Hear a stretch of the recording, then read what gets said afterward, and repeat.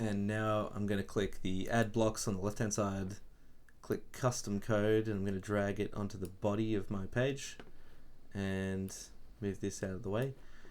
And you can see now we've got, if I click this, actually I need to bring this back up. That's kind of the thing that I want to work in.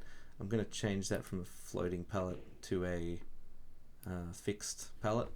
And here you can see my custom code. I've got JavaScript, HTML, and CSS if I wanted as well. I'm just going to delete all the CSS, can delete the JavaScript, and we'll just stick with the HTML here at the moment. And just like I did before, I'm going to click plus. I'm going to go to the website section.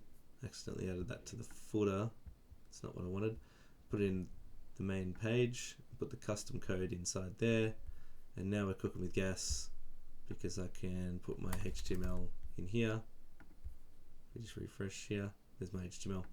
Okay, so what we can do here is, if we wanted to, we can do a pre, and I just want to spit out the route, the sdk.app.route, and you'll see that because it's realized that we've put a slug into this dynamic page, it's also recognized that we're probably going to want to load that content, and you can see that it's loaded the whole object in there as well under items, so we can get the route items and the slug, which is the first dynamic parameter we've put into the URL, and you can see here that we've got our details that we can render out, very similar to what we did in the past video.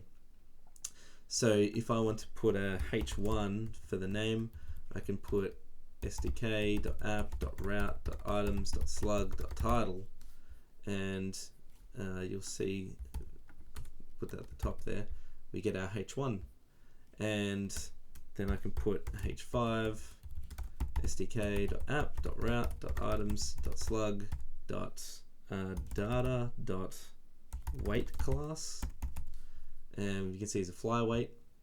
And you can see we start building out our template. Now this is going to be painful typing out all this stuff, plus it's ripe for problems because just in case we get some of these wrong, these paths to these nested values.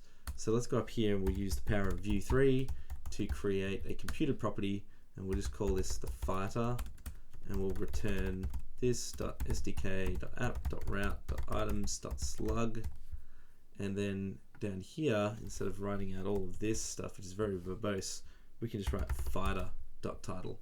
Makes it a whole lot easier. And here we can also do for the data, we can just write details, return this.fighter.data, and then we can go drill down to our custom fields like that. And just like we did before, I'm going to use the flex row UI kit element, and we're going to use flex cell, and we're going to use this to split the screen in half.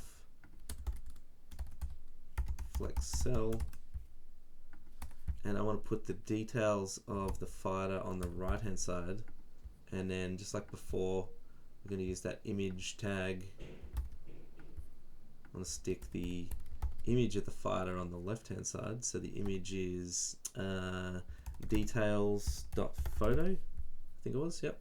So now we've got his details there, and also in this we want to do a background of black as well. Color can be white, and let's add some padding as well. Actually, let's add a wrapper. We can do, I think in this we've got a style sheet, some global styles with a vertical wrap and a horizontal wrap. So we'll go back in here and we'll just add class v wrap for our padding at the top, div class h wrap for our horizontal, our left and right padding.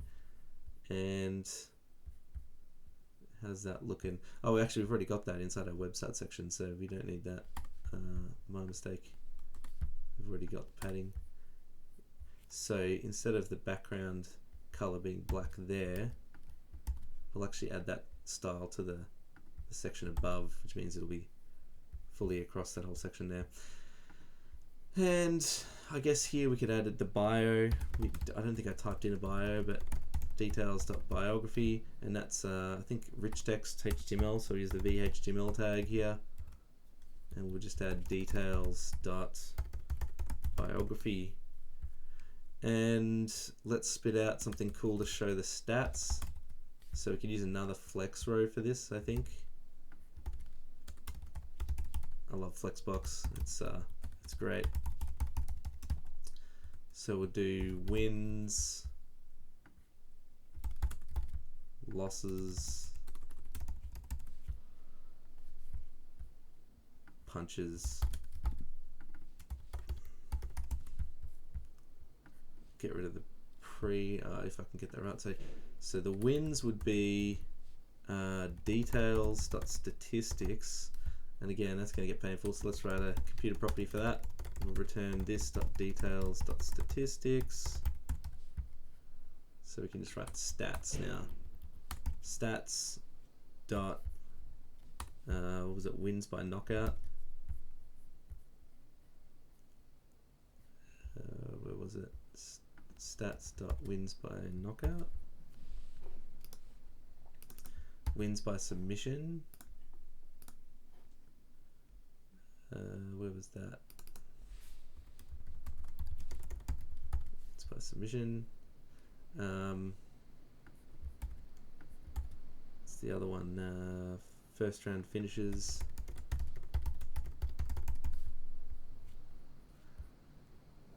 And we can do, because we want these little boxes of like the things to look kind of cool, we can go back into our components. We can create a new one called a stat count or something like that. I don't know, making this up as I go. And we'll put in a prop of a label, and that can be a string, and a value, which can be an integer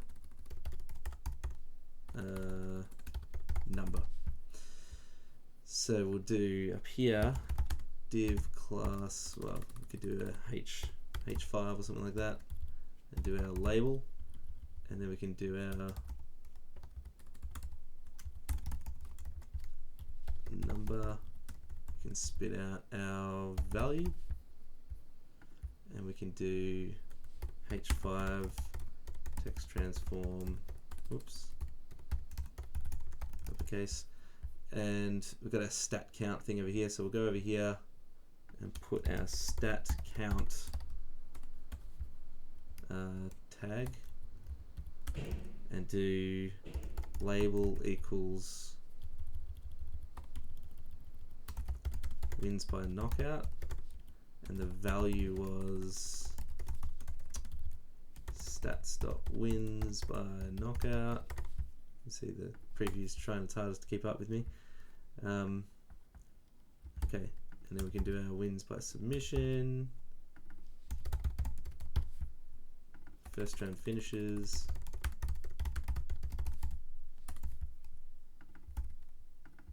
get these keys all matched up, get rid of that, and get rid of that. And you can see we're starting to build out our little stat boxes over here.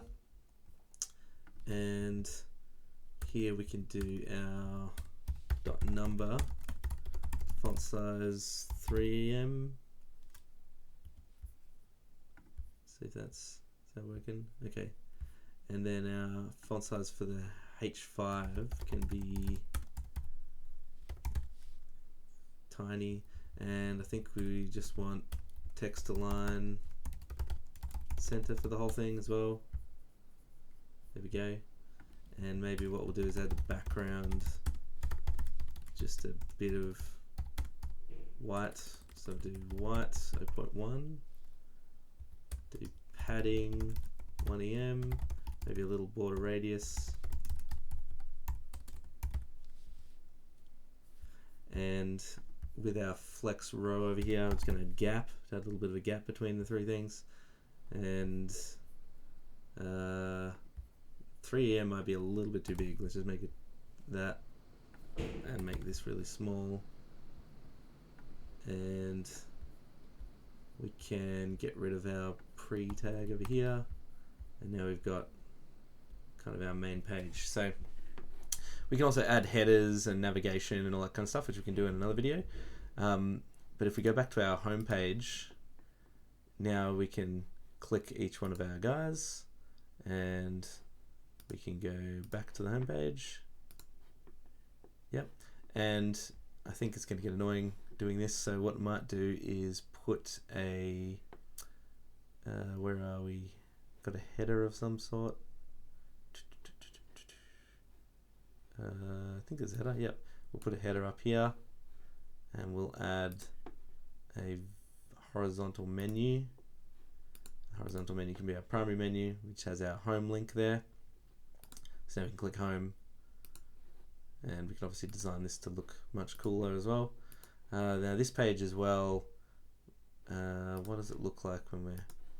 This guy is looking really big, so what we might want to do is size up that image a little bit differently.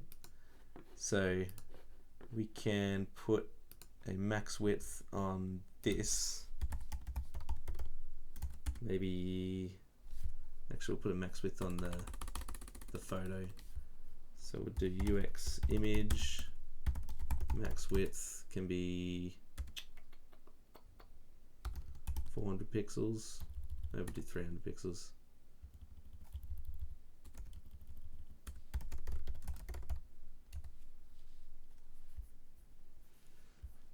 Might be a bit too small. Let's do that. And we can also go to our VWrap over here, which is 4 AM, which is just way too much. Don't need that. And I guess if we click the edit up here, we can create some example text for our biography. Let's dump that in there and see what it looks like if the guy actually has a biography. And there we go, that's what we'll get, which is looking pretty good.